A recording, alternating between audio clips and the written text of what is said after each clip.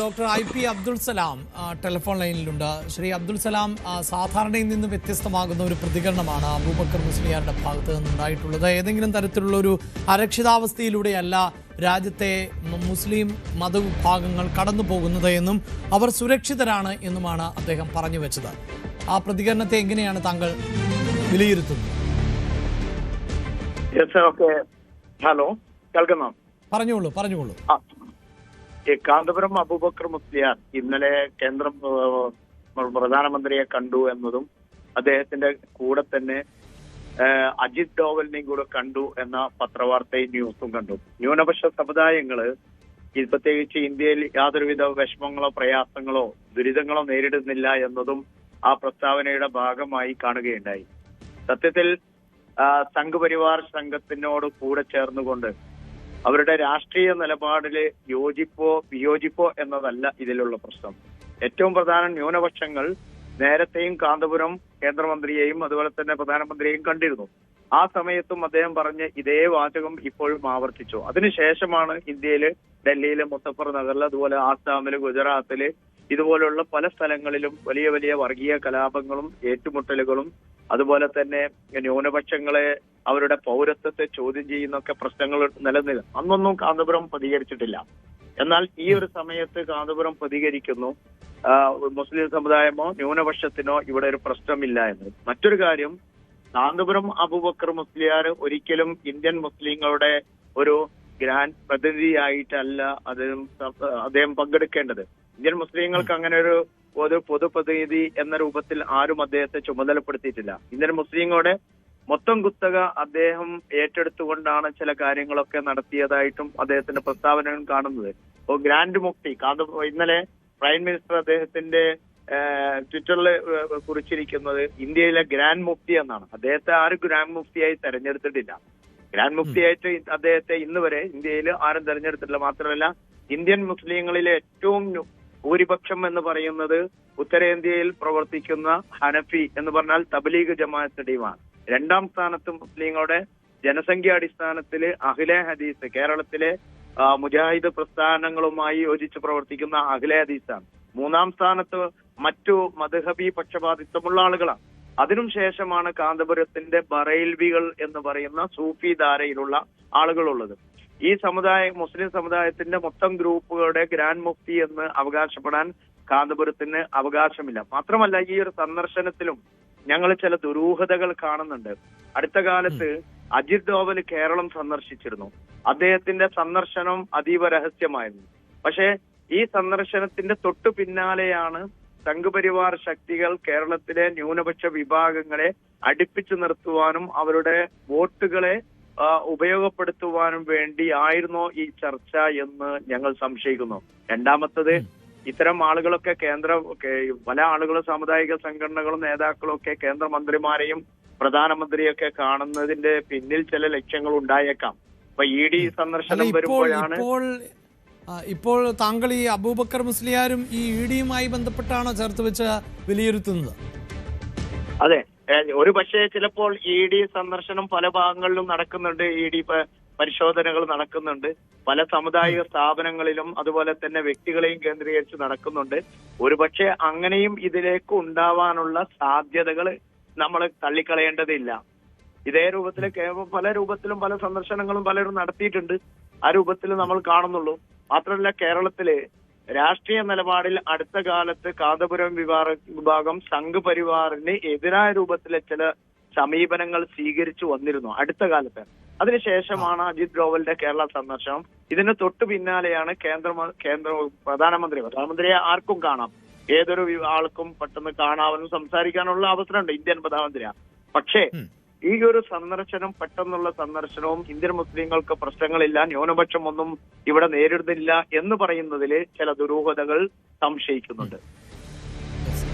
താങ്കൾ ഈ സൂചിപ്പിക്കുന്ന പോലെ അദ്ദേഹം ഇന്ത്യൻ ഗ്രാൻഡ് മുഫ്തി അല്ല എന്ന് പറയുമ്പോഴും അഖിലേന്ത്യാ സുന്നി ജമാഅത്തുൽ ഉലമയുടെ ജനറൽ സെക്രട്ടറിയാണ്. അപ്പോൾ ഒരു വിഭാഗത്തെയെങ്കിലും അദ്ദേഹം പ്രതിനിധാനം ചെയ്യുന്ന പശ്ചാത്തലം കൂടി ഉണ്ടല്ലോ. ഇന്ത്യയുടെ ഗ്രാൻഡ് മുഫ്തി എന്ന് പറയുമ്പോൾ നമ്മളത് കൃത്യമായി മനസ്സിലാക്കേണ്ടത്, ഗ്രാൻഡ് മുഫ്തി എന്ന് പറയുമ്പോൾ മൊത്തം മുസ്ലിം സമുദായത്തെ കേന്ദ്രീകരിച്ചുകൊണ്ട്, സൊസൈറ്റിയെ ടോട്ടൽ കേന്ദ്രീകരിച്ചുകൊണ്ടാണ്. ഇപ്പോ ഉദാഹരണം, നേരത്തെ അബുൽ ഹസൻ അലി നദ്വി ഇന്ത്യൻ മുസ്ലിങ്ങളുടെ ഒരു കേന്ദ്ര ബിന്ദു ആയിക്കൊണ്ട് തന്നെയാണ് അബുൽ ഹസൻ അലി മിയാൻ പ്രവർത്തിച്ചിരുന്നത്. അതിനുശേഷം Rabi Nadwi, all India Muslim personal law ബോർഡിന്റെ ചെയർമാനായിരുന്ന റാബി നദ്വി അങ്ങനെ പദവീകരിച്ചിരുന്നു. എന്നാൽ കാന്തപുരം അബൂബക്കർ മുസ്ലിയാർക്ക് ഗ്രാൻഡ് മുഫ്തി എന്ന് പറയുന്ന പദം കിട്ടുന്നത്, അങ്ങനെ ഒരു പട്ടം കിട്ടുന്നത് എവിടെ നിന്നാണെന്ന് പോലും ഇവിടെ സംശയങ്ങളുണ്ട്. അത് ഒരുപാട് ആളുകൾ ആ സംശയങ്ങൾ നേരത്തെ ആ സഭയെ തന്നെ ഉന്നയിച്ചിരുന്നു. ഇപ്പോഴും പ്രബല മുസ്ലിം സംഘടനകൾ ആരും കാന്തപുരത്തിന്റെ ഗ്രാൻഡ് മുഫ്തി പട്ടം അംഗീകരിക്കുന്നില്ല.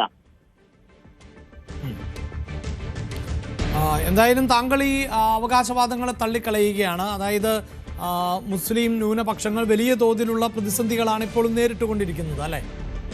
ഓൾറെഡി ഇന്ത്യ രാജ്യത്ത് നമുക്കറിയാം, ഇപ്പോൾ തന്നെ ആസാമിലും അതുപോലെ തന്നെ ബംഗാളിലും ഗുജറാത്തിലും മറ്റു സംസ്ഥാനങ്ങളിലുമൊക്കെ പൗരത്വവുമായി ബന്ധപ്പെട്ട വിഷയവും നിലവിൽ നമുക്കറിയാം. ഇവിടുത്തെ വോട്ടർ പട്ടിക പുതുക്കലുമായി ബന്ധപ്പെട്ട വിഷയം, ഈ വിഷയത്തിൽ ന്യൂനപക്ഷങ്ങളെ ലക്ഷങ്ങൾ വെട്ടിക്കൊണ്ടാണ് ബീഹാറിലും അതുപോലെ തന്നെ മറ്റു സംസ്ഥാനങ്ങളിലുമൊക്കെ നമ്മുടെ സംസ്ഥാനത്ത് വരെ ഈ ഒരു പ്രശ്നങ്ങൾ നേരിട്ടുകൊണ്ടിരിക്കുന്നു. ഈ ഒരു സമയത്ത് അത് ഒരു സമുദായത്തെ മാത്രം, മുസ്ലിം ന്യൂനപക്ഷത്തെ മാത്രമല്ല മുസ്ലിങ്ങളുടെ ആരാധനകളെ പോലും തടസ്സങ്ങൾ സൃഷ്ടിച്ചുകൊണ്ട്, ഇപ്പൊ ഉദാഹരണം കഴിഞ്ഞ ഏതാനും ദിവസങ്ങൾക്ക് മുമ്പാണ് ഇവിടെ നമ്മുടെ UP മുഖ്യമന്ത്രി യോഗി അദ്ദേഹം പറഞ്ഞൊരു വാചകമുണ്ട്, ഇന്ത്യയിൽ ഈ ഒരു ജന്മത്തിൽ ബാബരി മസ്ജിദ് പുനഃസ്ഥാപിക്കുകയില്ല എന്ന് പറഞ്ഞാൽ അവിടെ ബാബരി മസ്ജിദ് തകർത്തു. ആ തകർത്ത സ്ഥലത്ത് ഒരു പുതിയ ബാബരി മസ്ജിദ് പള്ളി തൊട്ടടുത്ത് ഉണ്ടാക്കുമെന്ന് പ്രധാനമന്ത്രി പ്രഖ്യാപിച്ചിരുന്നു. അതൊരു ഇലക്ഷൻ ട്രെൻഡായിരുന്നു. പക്ഷെ ഇപ്പൊ നേരെ തിരിച്ചാണ് പറയുന്നത്. അതുപോലെ തന്നെ ഡൽഹിയിലെ പ്രാന്തപ്രദേശങ്ങളിലുള്ള ഒരുപാട് സാമുദായിക സംഘടനകളുടെ, മുസ്ലിം സംഘടനകളുടെ പള്ളികളും ആരാധനാലയങ്ങളും മുസ്ലിം ന്യൂനപക്ഷം താമസിക്കുന്ന ഭാഗങ്ങളൊക്കെ ബുൾഡോസർ ഉപയോഗിച്ചുകൊണ്ട് തകർത്തെറിഞ്ഞു. അതൊന്നും കാന്തപുരം കാണുന്നില്ല എന്ന് പറഞ്ഞാൽ കാന്തപുരം ഒരു ഭാഗത്ത് ചിലത് മൂടിവെക്കുകയും അദ്ദേഹത്തിന്റെ സ്വാർത്ഥ താല്പര്യങ്ങൾക്ക് വേണ്ടി അദ്ദേഹം എന്ത് ചെയ്യുന്നു, ന്യൂനപക്ഷത്തെ ഒറ്റുകൊടുക്കുകയാണോ എന്ന് സംശയിക്കുന്നു. യെസ്, ഒപ്പം താങ്കളെ സൂചിപ്പിക്കുന്ന പോലെ ഇതിപ്പോൾ ചില ലക്ഷ്യങ്ങൾ ചിലതിനെയൊക്കെ ഭയന്നിട്ട് എന്ന് പറയുന്നു. അപ്പോൾ പോലും ഇതൊരു തെരഞ്ഞെടുപ്പ് കാലഘട്ടം കൂടിയാണല്ലോ, വരുന്ന നിയമസഭാ തെരഞ്ഞെടുപ്പ്. അവിടെ ന്യൂനപക്ഷങ്ങളെ ഒപ്പം നിർത്താൻ ഒക്കെ BJPയുടെ ഭാഗത്ത് നിന്ന് പല ശ്രമങ്ങളും നടന്നിട്ടുണ്ട്. പക്ഷേ അതൊക്കെ പരാജയപ്പെടുന്ന സാഹചര്യം ആണ് ഉണ്ടാകുന്നത്.